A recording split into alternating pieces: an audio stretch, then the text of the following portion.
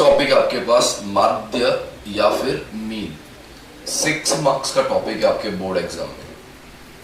देखिए, इससे पहले जब अपने मीन स्टार्ट करें तो इसमें कुछ टर्म्स है वो अपने देख लेते हैं, जैसे वर्ग अंतराल या क्लास इंटरवल। क्लास इंटरवल क्या होता है? देखिए, मेरे पास क्या होता है कि बहुत सारा डेटा होता है, जैसे मैंने 1 2 3 4 5 6 7 8 9 ऐसे करके 50 तक कोई डेटा है मेरे पास। ये जो डेटा है इनको मैं क्या करता हूँ, एक ग्रुप बना देता हूँ मैं 0 to 10। इसमें 1 भी आएगा, 2 भी आएगा, 3 भी आएगा, 4 भी आएगा, ठीक है, टिल 9। 10 से 20, 20 से 30, 30 से 40 एंड 40 से 50। मैंने इसी डेटा को इस फॉर्म में चेंज कर दिया। जब मैंने इस फॉर्म में चेंज किया इसे, तो मेरे पास ये सारी फॉर्म आ गई, जिसे मैं कहूंगा क्लास इंटरवल। क्लास इंटरवल में मेरे पास एक तो आ रहा है 0, एक आ रहा है 10। 0 वालों को मैं कह दूंगा निचली सीमा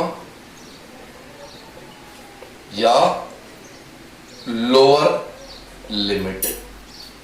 10 को मैं बोल दूंगा ऊपरी सीमा या फिर अपर लिमिट। ये मेरे पास लोअर लिमिट और अपर लिमिट आ गई, ठीक है। क्लास इंटरवल में इतना ही है। क्लास इंटरवल समझ में आया आपको? अगर आपको डेटा इस फॉर्म में दे रखा है, आपको ध्यान क्या रखना है कि जो भी आप एक ग्रुप बना रहे हो, ये 1 2 3 4 5, इनके बीच का डिफरेंस सेम होना चाहिए। देखिए, यहाँ पे 0 से 10 के बीच में डिफरेंस कितने का है? 10 का। इसे मैं वर्ग अंतराल बोल देता हूँ या साइज बोल देता हूँ, क्लास की साइज। 10 से 20 के बीच में भी 10 का गैप है, यहाँ पे भी 10 का गैप है, यहाँ भी 10 का गैप है। तो जब भी आप इसे क्लास इंटरवल फॉर्म में चेंज करोगे तो आपको एक बात ध्यान रखनी कि गैप जो आएगा वो सेम आना चाहिए। फिर आपने देखा निचली सीमा और ऊपरी सीमा। नेक्स्ट टॉपिक जो आता है आपके पास इसमें, वो आता है बारंबारता। इसे मैं कह दूंगा फ्रीक्वेंसी, कि फ्रीक्वेंसी या बारंबारता क्या होती है। देखिए, मेरे पास या मैं एक एग्जांपल लूं कि मैंने क्लास में टेस्ट लिया 10 मार्क्स का। कितने मार्क्स का टेस्ट लिया है? 10 मार्क्स का। मेरे जो स्टूडेंट्स थे, marks obtained and total number of students. 0 लाने वाले स्टूडेंट 2 थे, 3 मार्क्स लाने वाले 1 थे, 4 मार्क्स वाले 2 थे, 5 वाले 3 थे, 10 मार्क्स लाने वाले 2 थे। तो मैंने देखा कि क्लास में खड़ा किया, मैंने कहा भाई 0 मार्क्स वाले खड़े हो जाओ, तो 2 बच्चे खड़े हो गए। 10 मार्क्स वाले खड़े हो जाओ, 2 बच्चे खड़े हो गए। मैंने कहा 5 मार्क्स वाले खड़े हो जाओ, 3 स्टूडेंट्स खड़े हो गए। तो 5 मार्क्स कितने लोगों का है? 3 लोगों के। 0 मार्क्स कितने लोगों का है? 2 लोगों के। तो ये 2 जो है वो इसकी क्या होगी? रिपीटेशन होगी। 0 कितनी बार रिपीट हो रहा है? 2 बार। तो इससे मैं क्या कह दूंगा? फ्रीक्वेंसी या बारंबारता। वो कितनी बार रिपीट हो रही है चीज, वो उसकी क्या हो जाती है? बारंबारता या फिर फ्रीक्वेंसी। नेक्स्ट एक टर्म आती है, उसे कहूंगा मैं XI। XI क्या होता है? जो वर्ग अंतराल दिया है, lower limit plus upper limit upon 2। निचली सीमा प्लस ऊपरी सीमा बटे 2। ये हो गया XI आपके पास। क्लियर यहां तक? अब अगर मैं माध्य के मीन के मेथड्स की बात करूं, तो मीन का जो मेथड है, वो मेथड आपके पास क्या है कि 3 मेथड है। एक आपके पास है प्रत्यक्ष विधि, एक है आपके पास पद विचलन विधि, और एक मेथड आपके पास है स्टेप डेविएशन, जिसे पद विचलन कहते हो, और एक है आपका कल्पित माध्य विधि, एज्यूम मीन मेथड। तो मैं यहां नोट डाउन कर देता हूं आपके माध्य के 3 मेथड।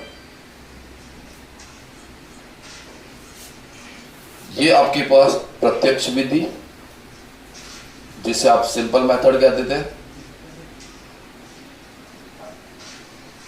कल्पित माध्य, जिसे आप एज्यूम मीन कह दोगे। फिर आपके थर्ड मेथड है स्टेप डेविएशन, जिसे आप पद विचलन विधि बोल देंगे। ये 3 मेथड आपके पास माध्य ज्ञात करने के, एवरेज ज्ञात करने के। अब 3 मेथड है, तो इससे पहले 3 मेथड स्टार्ट करें मैं बता दूं आपको कुछ और चीज, कि अगर मैंने एक डेस्टिनेशन दी कि भाई साहब आपको गोकुल सर्किल पहुंचना है,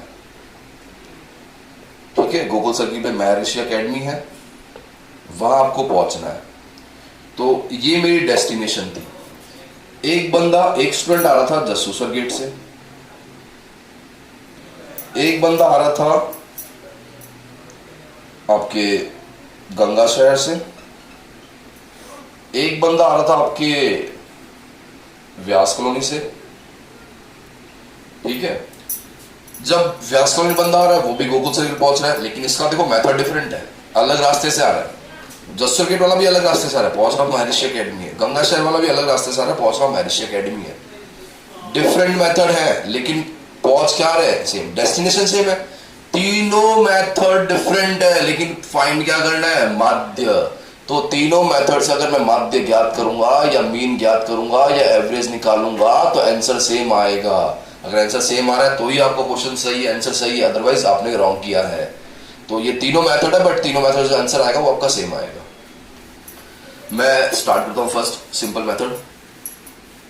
माध्य को आप डिनोट करोगे एक्स बार से। फर्स्ट जो मेथड है सिंपल मेथड, प्रत्यक्ष विधि X bar equals to sigma F I X I upon sigma F I. अब यहां एक नई चीज मिली, सिग्मा। सिग्मा का क्या मतलब होगा, एडिशन। जिसके भी आगे ये सिग्मा लग जाता है इसका मतलब आपको वो क्या करना है, जोड़ना है, एडिशन करना है, ठीक है। ये है प्रत्यक्ष विधि। मैं